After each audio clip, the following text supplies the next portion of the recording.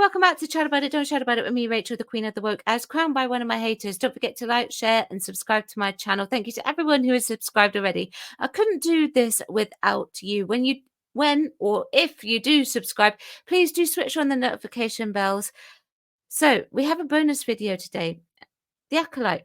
It's been cancelled. The reason why I'm releasing this as a bonus video is because I've pre-recorded all of my videos earlier on in the week due to a massive change in my work schedule. So this was the only way I could go about it. But of course, The Acolyte being cancelled, well, that dropped on the 19th of August, and the internet's been going crazy. So I thought, let's take a look at the Deadline article and then some of the tweets that people have been saying about it, and we'll cover TikTok on TikTok Tuesday next week. The Acolyte cancelled. No season 2 for Disney Plus's Star Wars series. Well, I will say that if you like The Acolyte, that's absolutely great. You can like it.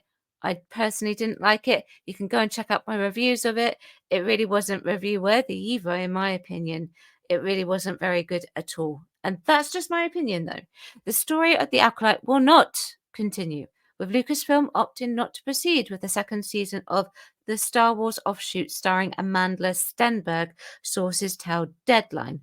Word of the decision comes more than a month after the 8-episode first season of the series from creator, director, executive producer, showrunner, and former assistant to Harvey Weinstein, Leslie Headland, wrapped its run on Disney+. The news is not entirely surprising. The Acolyte did okay with critics, with 78% on Rotten Tomatoes, but divided Star Wars fans, which reflected in its overall viewership, which I believe was 18% on Rotten Tomatoes. This article fails to report it here.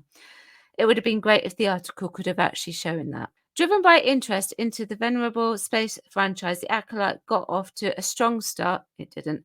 When it launched June 4th with 2 episodes, generating 4.8 million views on its first day on the streamer to rank as the biggest series premiere on Disney Plus this year. The tally rose to 11.1 million views globally after 5 days of streaming. Corroborating Disney's data, the series made its debut on Nielsen's top 10 original charts in its premiere week at number 7, 488 million minutes viewed, climbing to number 6 the following week. But The Acolyte could not sustain the momentum, dropping out of the top 10 in week 3. Well, I'm hardly surprised, because week 3 was when they changed the Force forever and Anakin Skywalker was just irrelevant. And staying off before returning at number 10 after the release of the finale, 335 minutes viewed, believed to be the lowest for a Star Wars series finale. Now, Disney will never release these figures. Disney don't do that, but the top site to actually look at is the Nielsen figures. We did look at those on my channel. Go and check out those particular videos, and those figures were not great. Like fellow global streamers, Netflix, which is outshining Disney Plus, and Prime Video, Disney Plus has a high viewership threshold for renewing high-end, big-budget series that cost well over $100 million. In interviews, Headland had revealed that she had pitched her ideas for a second season, sharing her hopes for a renewal. I'm trying so hard not to say series here.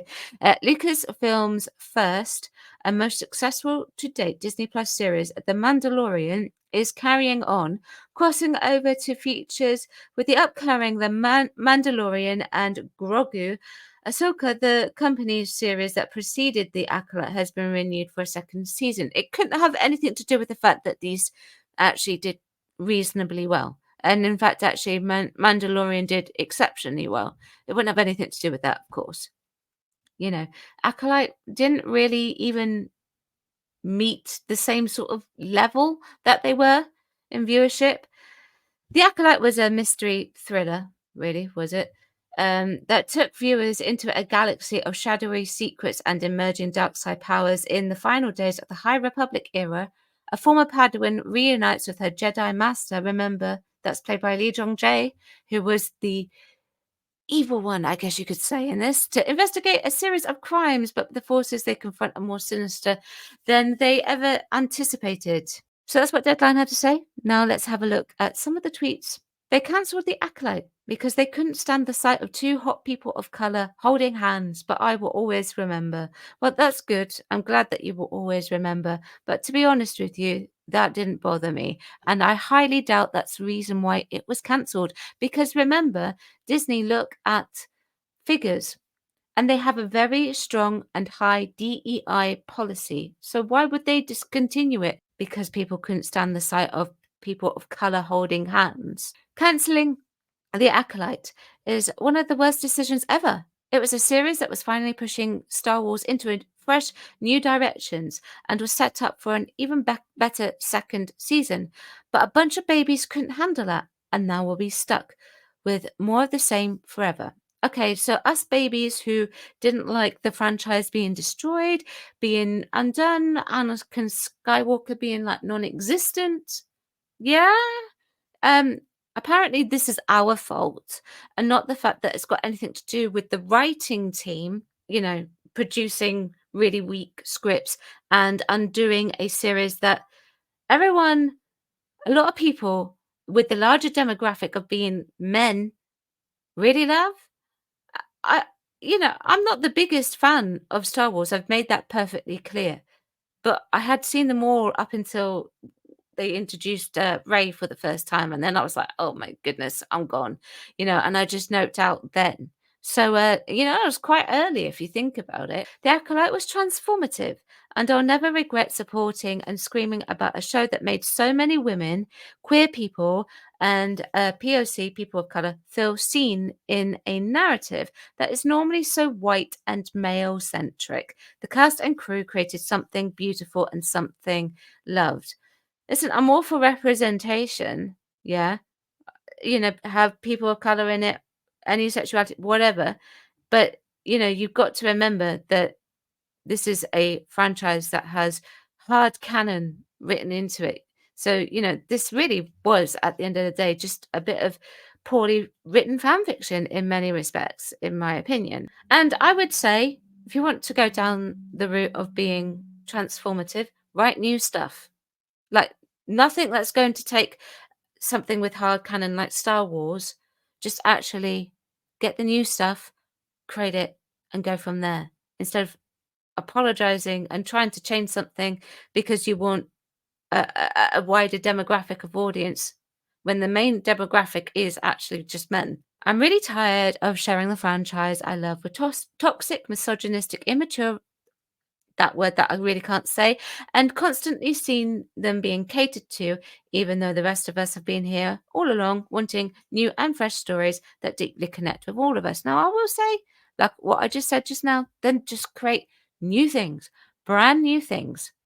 It's not toxic, it's not misogynistic. The Acolyte being cancelled is another example of toxic internet hate. The show never got a chance to breathe, and half the people hating on it never even watched an episode.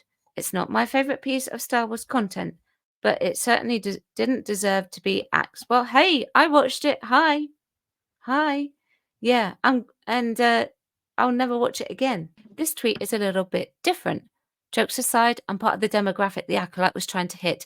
The direction Kathleen Kennedy was taking Star Wars was to appeal to women, and specifically women of color, so we can all see ourselves. The truth is, I've been a fan as far back from as I can remember. There was nothing wrong with Star Wars. I didn't want it to be more girly, and I didn't want to see myself because it was great as it is. I saw myself in characters like Leia, Luke, and Han. There's a strong character for you. Leia. I love that the bad guys were so evil and cool looking, but at the end of the day, good always defeats evil. There is no grey area like in modern Star Wars. George Lucas wanted it to inspire hope and give us heroes to root for. Cancelling the Acolyte was that glimmer of hope that maybe one day Star Wars will be back on a course familiar to those of us who loved it as it was. I'm a woman of colour, and modern Star Wars sucks because they're trying to pander to me. Stop. So I'm not surprised that it was cancelled. And hopefully, with any luck, this will actually help them to realize that, you know, this is not what everybody wants. This is not what the Star Wars fandom okay? And I'm talking about the bigger demographic of the fandom here actually wants. And that's because they're wokeifying everything. Now, if you stop wokeifying everything and actually give good stories, which Star Wars can actually produce really good stories, they can, then, people will watch it. A good example, Deadpool and Wolverine. Okay, I know that's not Star Wars, but a lot of people were not liking what was going on within the Marvel universe and they weren't going to watch it. But as soon as Deadpool and Wolverine got out and the word of mouth for that was so big, it smashed box office records. It was a brilliant film. Yes, it had its weaknesses, but people went to see it. Why? Because it got word of mouth and it was good. Barbie last year. Okay, all right. I didn't like Barbie, but it did well. Why? Because people liked it. If you actually just write the good and entertaining stuff, though, right, I can appreciate Barbie for what it was. Like there was definitely entertainment value with it, and Deadpool and Wolverine was great. If you just entertain and not actually do messaging and focusing on changing things for the sake of changing things because you've got a DEI quota to meet, you might actually make a bit of money and actually garner some of the fandom back. That's what I think anyway. Let me know what you think. Remember to chat about it, don't shout about it. Ooh, I removed myself. Remember to chat about it, don't chat about it. Thanks very much for watching, and I will see you tomorrow at 4 p.m. for Keep It Positive. Thanks. Bye-bye.